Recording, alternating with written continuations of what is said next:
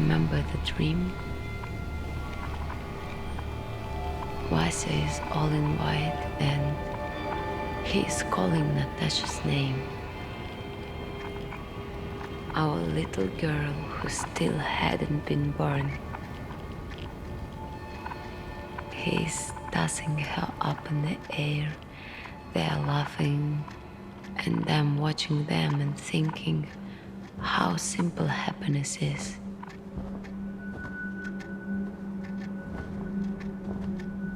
I didn't see the explosion, only the flames. Everything was glowing. Smoke in the sky. The heat was terrible. At that time we had an apartment next to the fire station. He was a firefighter. One night I heard all this noise. I looked out the window. He was down there. He told me to shut all the windows and go back to bed. The Chernobyl nuclear power station was on fire. It was 4 o'clock, 5, 6 o'clock. I was waiting and waiting for him.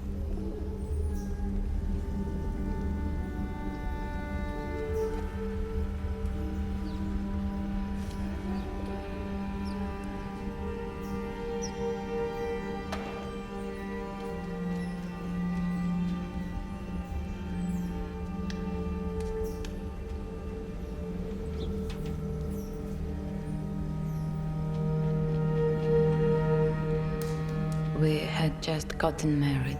We were together the whole time. I used to say I love you, but I couldn't imagine just how much I loved him. I had no idea. 7 in the morning. At 7 they told me he was in the hospital. I ran over, but police officers were everywhere and no one was allowed inside. For a moment I saw him in the window. He was shouting something to me, shouting desperately.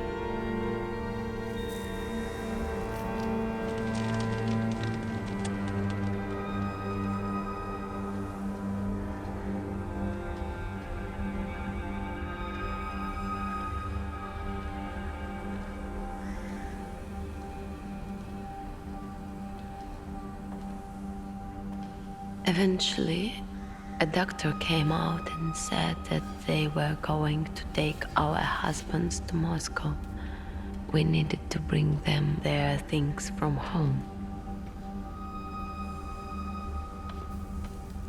We came back with their suitcases, but the plane had already gone.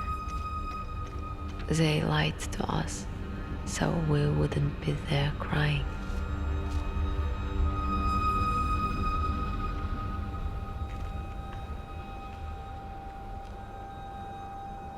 That evening, I began throwing up. I was 6 months pregnant.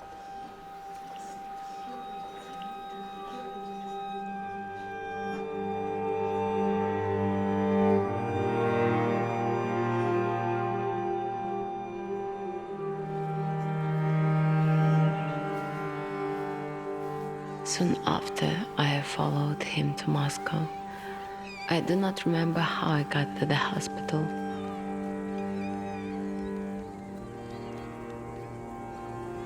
Finally, I met with the head of the radiation department. She asked me if I had any children. I did not have kids yet, but I was pregnant.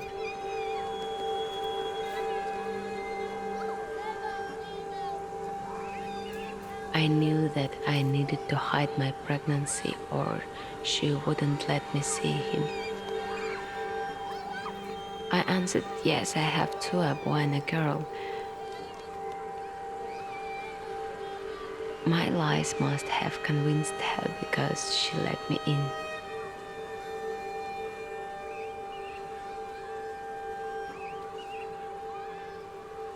She told me that his central nervous system is severely affected, the bone marrow too. She told me, I hope you are not planning to have more children. Your husband is a highly radioactive object. Spending time near him is extremely dangerous. She gave me 20 minutes, but I wouldn't go anywhere without him. I swore it to myself.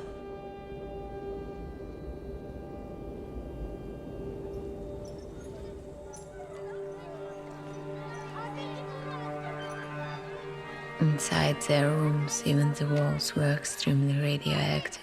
They moved everyone out.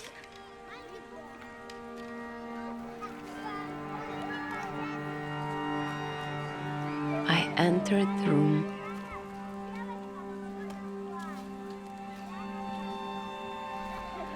Vasya, he was so happy to see me. I couldn't stop myself and hugged him tightly and kissed him. Vasya, what should I do? I asked.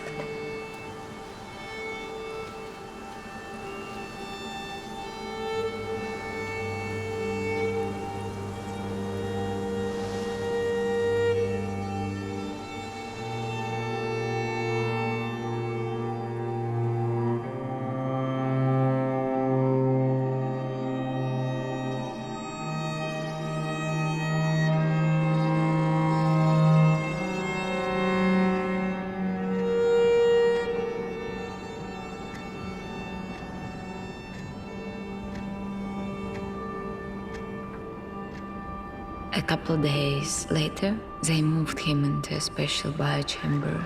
It was behind a plastic curtain.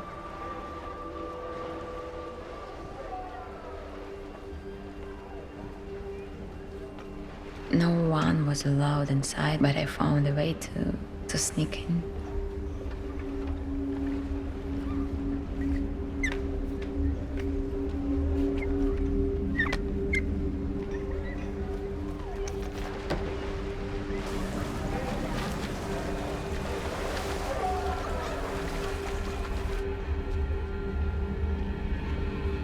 None of the doctors knew I was staying with him at night in the biochamber. The nurses let me in. He started to change. Every day I met brand new, just a different person every day. His bones were coming to the surface.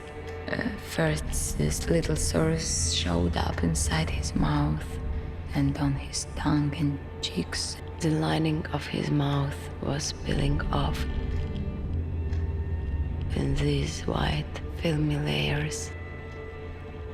The color of his body turned blue, red, grayish brown. It was the body of my dear, precious husband.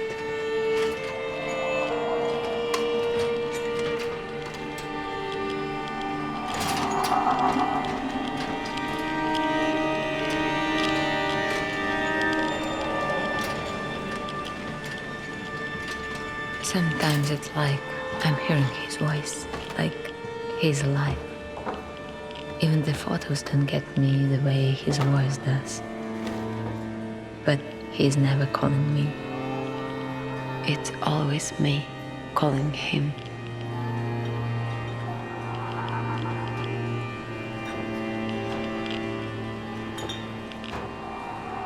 I left for a moment, and when I came back, there was an orange on the table. He knew that I love oranges and offered this one to me. The nurse behind the curtain waved her hands, showing that once it was near him, you couldn't even touch it. Go on, eat it. I took the orange.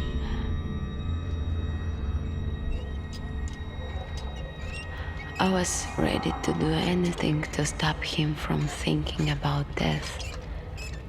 Stop him from thinking that I was scared of him.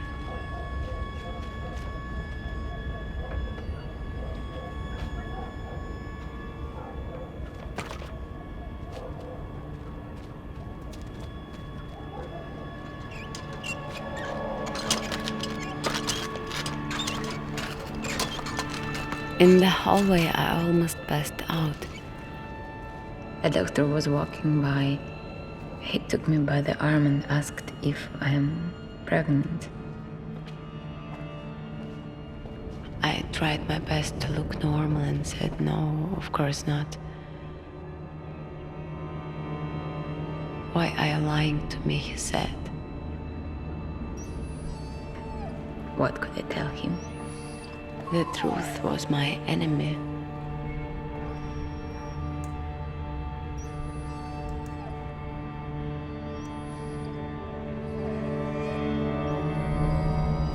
He got so bad that I couldn't leave him, even for 1 minute. He was calling my name. "Lucia, where are you? Lucia?" He called me over and over. One night, everything was quiet.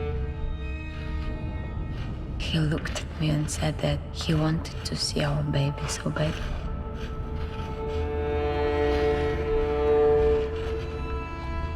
I asked him, "What should we call her?"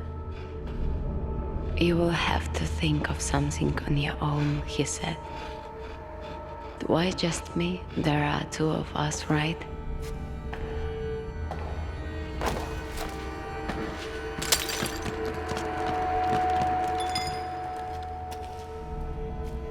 I still didn't realize how badly I loved him. I was 6 months pregnant, but I didn't even feel the baby. His child.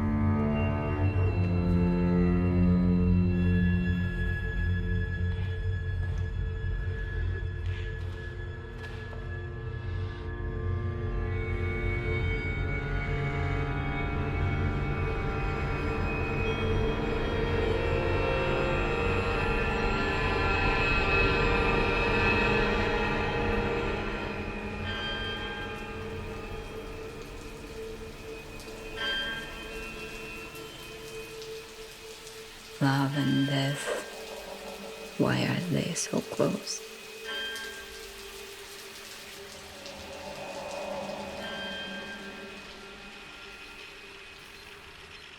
And then the last thing, I remember it in flashes. I licked his arm.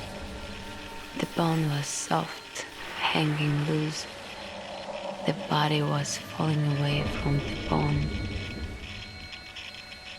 Pieces of long lumps of his liver were coming up through his mouth. He was choking on his own innards.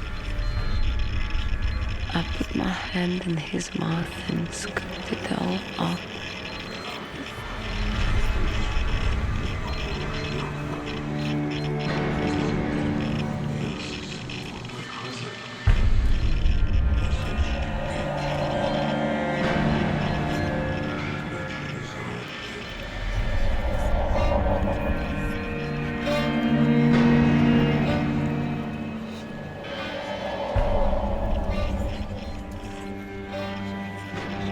Two months later, I gave birth in the same hospital. It was a little girl.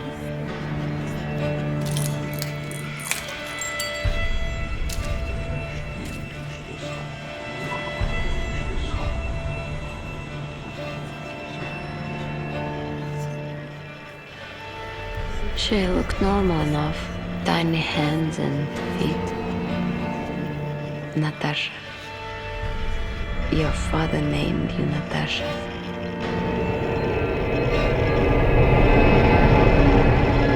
But 4 hours later, they told me my little girl had died from the radiation poisoning.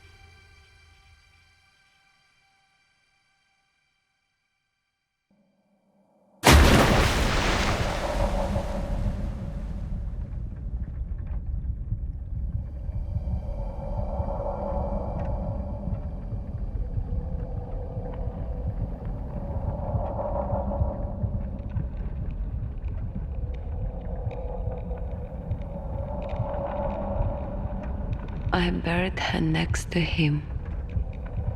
The grave doesn't say Natasha Ignatenko. It only has his name. She still hadn't been named. She only had a soul. I buried her soul there.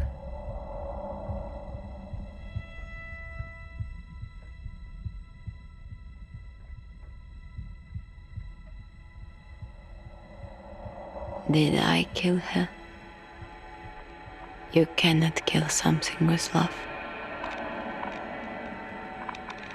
Can you kill with love?